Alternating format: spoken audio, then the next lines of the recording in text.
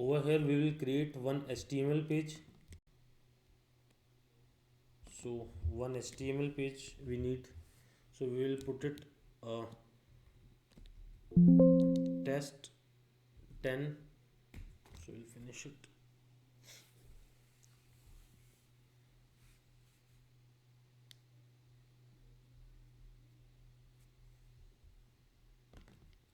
So test 10 is there. Now we will run it first time. So what we need to create a form action. Right now we will put it blank. Why, I'll tell you later. So the method, we will use two method in over here in HTML. This is the part of HTML. So get or post.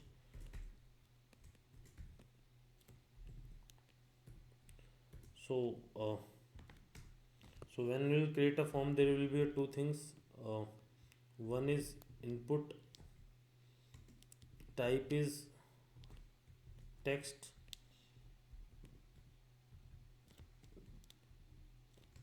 and name is we will set the name of each text boxes so that we can retrieve the data of those text boxes later. So first is number one, second is number two, and third input type is should be submit, so that we can submit this form also. Submit will look like a button, submit button, right? So before that we can announce it what we are doing. So with the header tag of h2, so we will write it ki addition. So we will save it. Now if we'll run gp2 program and we need to look at the web.xml also. So over there we normally map our servlet. So over here we map our servlet, and we can map our welcome file also. So from welcome file, from index.html, we can put it test 10, right? So welcome file will be our page, HTML page that we are creating. After that we should compile it, clean and build. If there will be any error with the program, and there are some, you know, error with the servlet or JSP, it is going to show us over here. So if you'll, you know, after starting NetBeans, you'll do it for the first time, it will be little bit slow, but in second or third time it will be faster.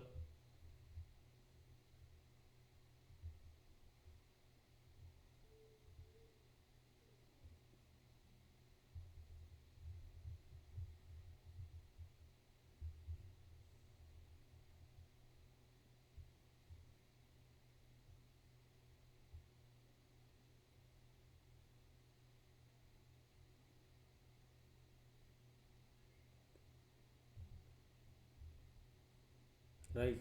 So means build successful. After that you can run the project.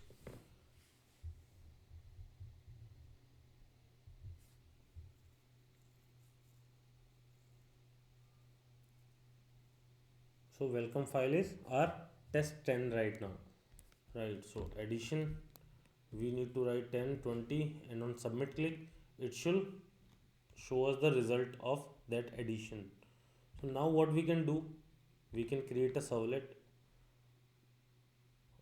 So you know, if you'll do it on notepad, you have to do it from scratch, but yeah, if you'll do it on IDE, it will provide you few features to, you know, do it. Test 10 serve is the class name, we will put it, and we'll say ki please add it to the deployment descriptor. So what is deployment descriptor? Deployment descriptor is web.xml that contains the whole directory ki okay, uh, what is the location of at a servlet, what is the URL of that servlet. So when we'll start it, what will be the initial thing? If you'll start it into any Eclipse or any other notepad, it will be a javax dot servlet. But yeah, when we in NetBeans we don't have it, so we'll do the Jakarta. Jakarta, what is the spelling of? So Jakarta. Over here we'll replace all packages with the Jakarta part. Actually, it's just a single package Jakarta.servlet. Others are four are the classes. What classes we need? HTTP servlet to extend HTTP servlet request and HTTP servlet response and the servlet exception. So we need these four classes from the servlet package to create our own servlet, a customized servlet. So over here we do it same way as we did in Java. So we have created test and servlet extends HTTP servlet. The moment we extend it, it is our responsibility to give two methods a body. What are those two methods? Is do get method and do post method, right? So if we'll extend HTTP servlet, it is our primary responsibility to give body to two method. One is void do get and void do post, and in both there is two parameter. One is HTTP servlet request and second is HTTP servlet response. In the same way, the same two parameters in do post method, HTTP servlet request and HTTP servlet response, right? And both function throws servlet exception. Over here what we did, okay, if we are going to code it for, we can code it differently for those two method, but over here what we did, we have called a same method process request method where we are going to pass it request and response so that we can get it in process request function. So this is a user defined method, right? We have created, we can change the name into anything, right? The same parameter we need to pass so that we will receive whatever do get or do post receives on their calling. So what is the use of HTTP servlet request? HTTP servlet request responsibility is to get the data from the browser side, and what is the responsibility of HTTP servlet response? To provide response to the browser. Whatever browser is processed is going to get response also. So for input we use request part, for output we use response part. So in response dot set content, okay, whatever response we are giving to the browser, we are giving it into an HTML format, and we will use print writers object out, and we will get it through response dot get writer. So now as we used to write it into console through system out dot println, over here we can write it into the browser directly through out.println, and we can send the HTML tags also. So now what will happen, uh, this function is going to call from our this part. Now how our HTML or project is going to know that servlet mapping? What we'll do, we will do this mapping uh, in deployment descriptor. So what we'll do, this is the four tags that we need to use. So over here we need this class name. So first we will map this class with the same name, right, and the same name with the same URL pattern. So I'll show you the basic difference in future also, but initially focus on this part only. Please put the same name for the name, class and URL also, so that you can easily get access to a servlet. Now in this HTML part, what we'll do, we will going to call this servlet. Okay, so whenever we are going to put submit button, it is going to send it to the test servlet, right? So now we will save it, or we will check, okay, whenever we are going to click on submit, is it going to redirect it to the servlet or not.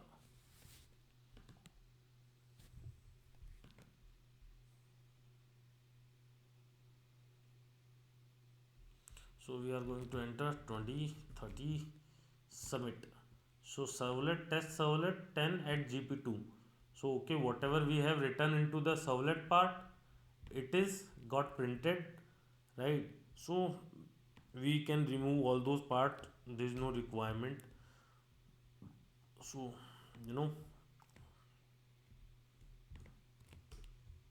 and we can give the output also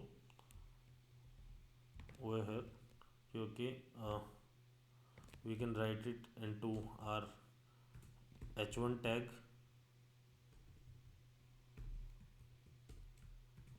uh, addition h1. And now how we are going to get the data of the previous HTML page. So whatever data we are receiving from that HTML or that browser is going to stored into uh, what to say, request part.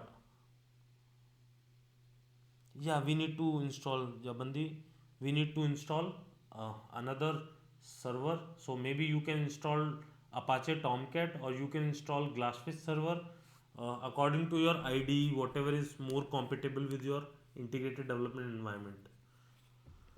Yeah, for advanced Java we need it, because we create a server for that. So whatever we are creating it for the web application only. So now how to get it? We will get it through request. So the object of HTTP servlet response request is request. Okay, and from request we can get those data. So what is the method?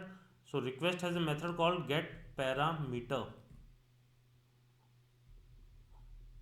Request dot get parameter.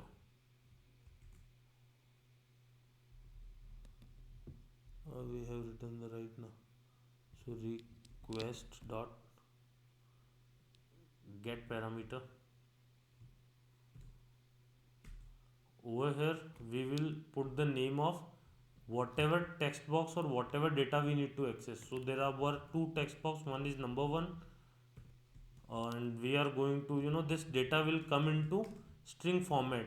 So we need to store it into number one through parsing it. So in integer, when a string data came in, we can parse it from integer.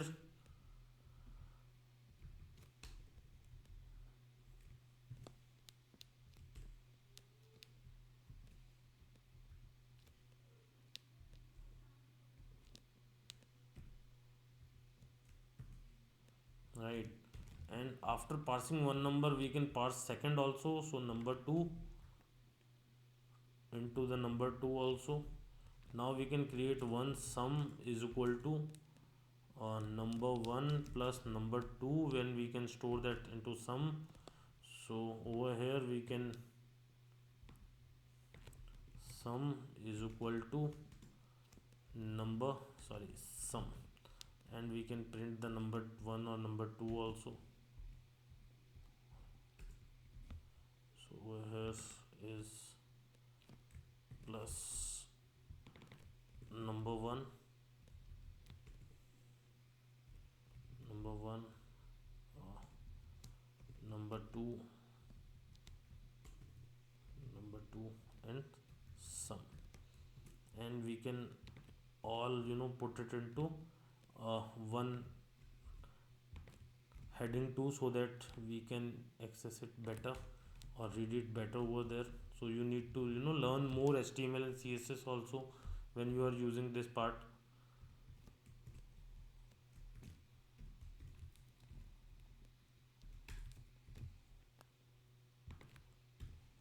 So here we need to put a plus. So now it is created.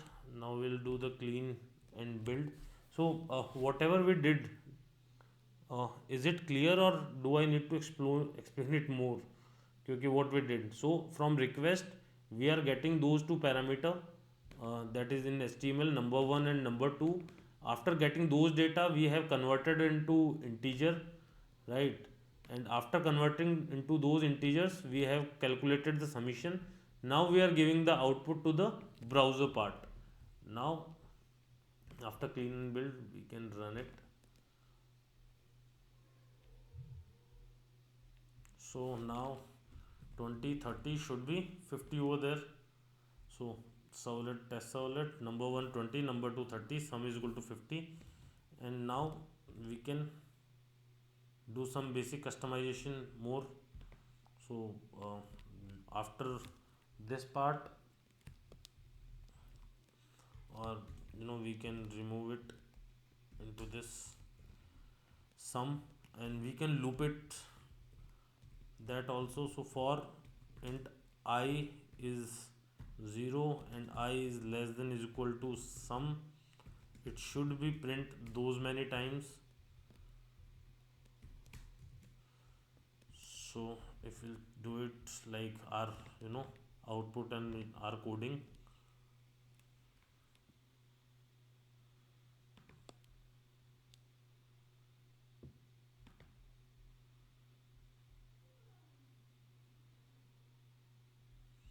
So if we'll do it 30, so there should be 50 times submission. So we have written down those things. So now we can do lot of things with it. We can print whole table. We can do the whole calculator thing also. Over here you can create 3 4 more different buttons so that you can create in a way where you can calculate addition, subtraction, multiplication and divide. Now there is one more thing that I need to tell you. One, over here in HTML, what is one thing that is not clear to you? In HTML thing, what is one code that you are not able to understand? Okay, what is the purpose of this? Can somebody tell me?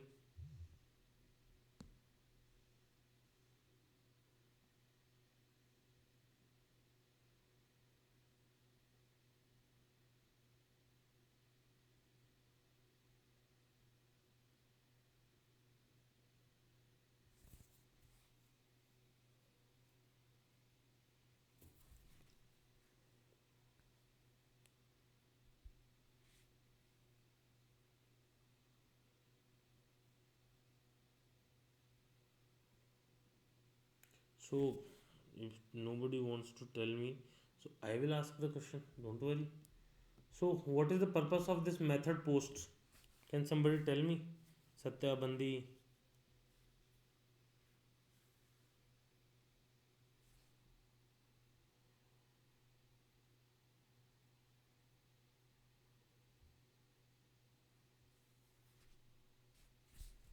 What is the use of this method is equal to post in this HTML form?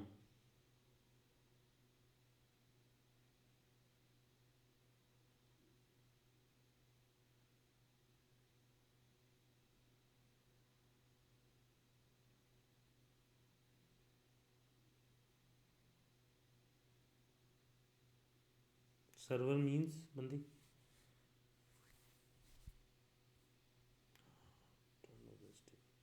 That is what is tough. So, as we discussed initially,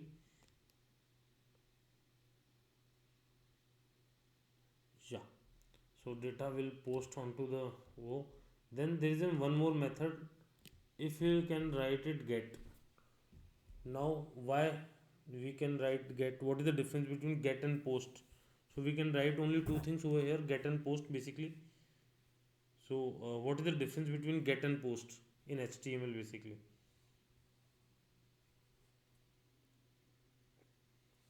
So the difference is, first, whatever method we'll write over here, the two methods that we discussed initially, do get and do post.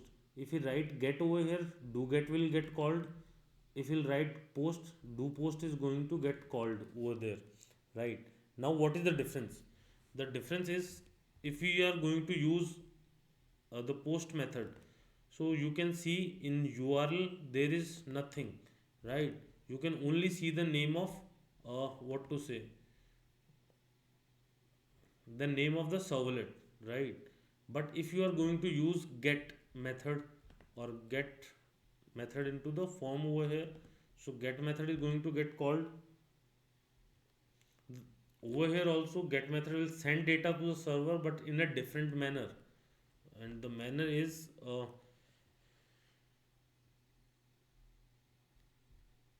so the same 20 and 30 will pass over here and submit. So you can see those two numbers over in URL. So the name of the servlet, then question mark, number 1 is equal to 20 and number 2 is equal to 30, right?